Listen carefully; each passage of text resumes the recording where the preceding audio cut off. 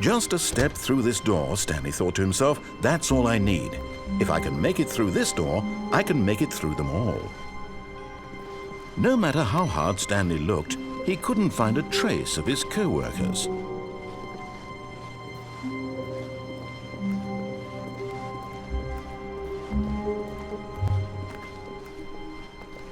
When Stanley came to a set of 2 open doors, he entered the door on his left.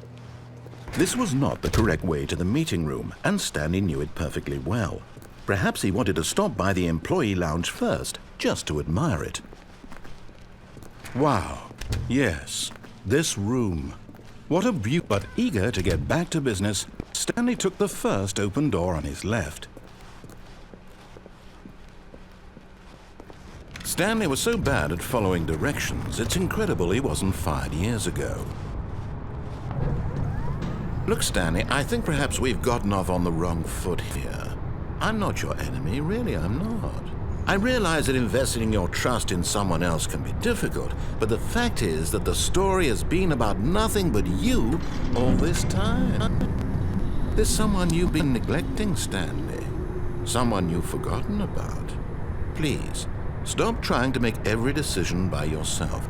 Now, I'm not asking for me, I'm asking for her.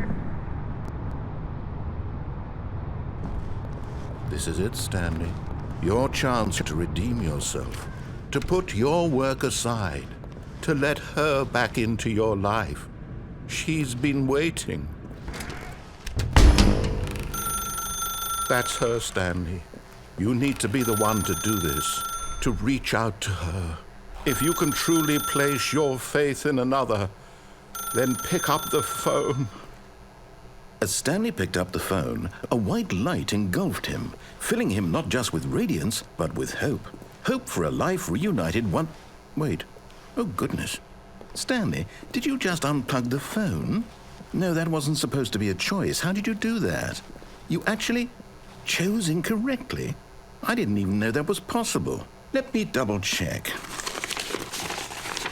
No, it's definitely here, clear as day. Stanley picks up the phone. He's taken to his apartment where he finds his wife, and the two pledge themselves to one another. Music comes in, fade to white, roll credits. Not picking up the phone is actually somehow an incorrect course of action. How is that even possible? None of these decisions were supposed to mean anything. I don't understand. How on earth are you making meaningful choices? What did you... Wait a second. Did I just see... No, that's not possible. I can't believe it. How had I not noticed it sooner? You're not Stanley. You're a real person. I can't believe I was so mistaken. This is why you've been able to make correct and incorrect choices. And to think I've been letting you run around in this game for so long. If you'd made any more wrong choices, you might have negated it entirely. It's as though you completely ignored even the most basic safety protocol for real-world decision-making. Or did you not grasp the severity of the situation? Well, I won't have that kind of risk on my watch.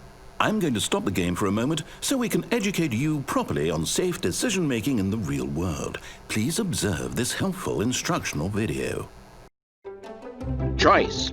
It's the best part of being a real person. But if used incorrectly, can also be the most dangerous. For example, in this scenario, a hypothetical real person named Stephen has a choice. He could spend years helping improve the quality of life for citizens of impoverished third world nations. Or he could systematically set fire to every orphan living in a 30-kilometer radius of his house. Which choice would you make? Remember that unlike here, the real world makes sense, and at no time should you make a choice that does not conform to rational logic. If you find yourself speaking with a person who does not make sense, in all likelihood, that person is not real. Allow the person to finish their thought, then provide an excuse why you cannot continue talking. Turn to a partner and practice saying, "My goodness, is it 4:30? I'm supposed to be having a back, sack, and crack."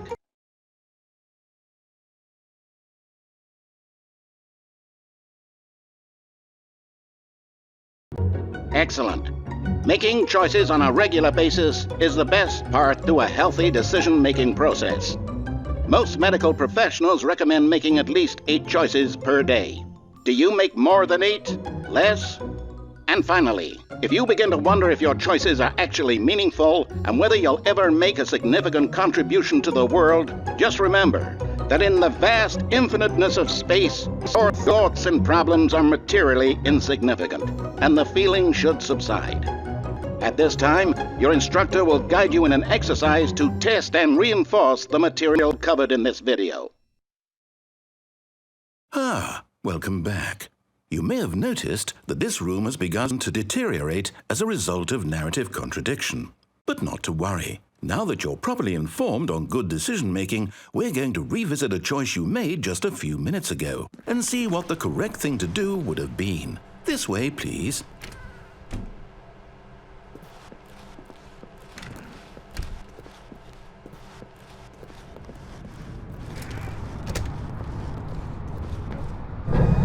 Now that we know your choices are meaningful, we can't have you jumping off the platform and dying. Imagine the main character dying senselessly halfway through the story. That story would make no sense at all.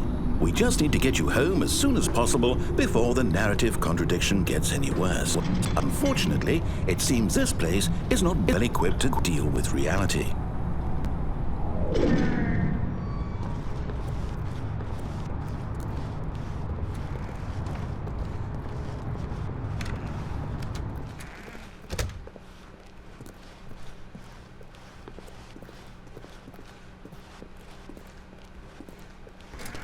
Almost there.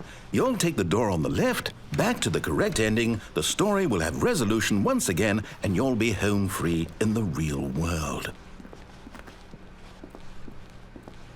Now remember, all you need to do is behave exactly as Stanley would. That means choosing responsibly and always putting the story first. I'm quite sure you'll be up to the task. Just follow my lead and you'll be fine. All right.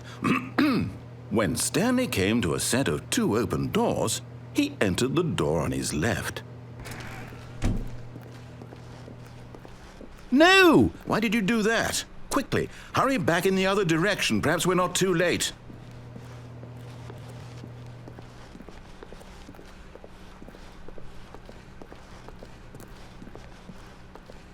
Oh, it's ruined. I can't believe, after everything we talked about, that my story, you've destroyed my work. Why? For what? What did you get out of that? What did you think was so special about seeing the game undone, left here like so much garbage? It's worthless now. And what am I supposed to do? Even if there were a way to continue, would it be worth it? To know that my story is now incorrect? How can I go back to that? I can't erase that knowledge. I'll have to live with it forever, reliving its impossibility forever. I couldn't live that way. Is it better to shut the game down entirely? To willingly destroy all of my work? I don't know. What's the answer? What do I do? What do I do? What do I... No, I have to. I have to shut the game down. I have to. I have to.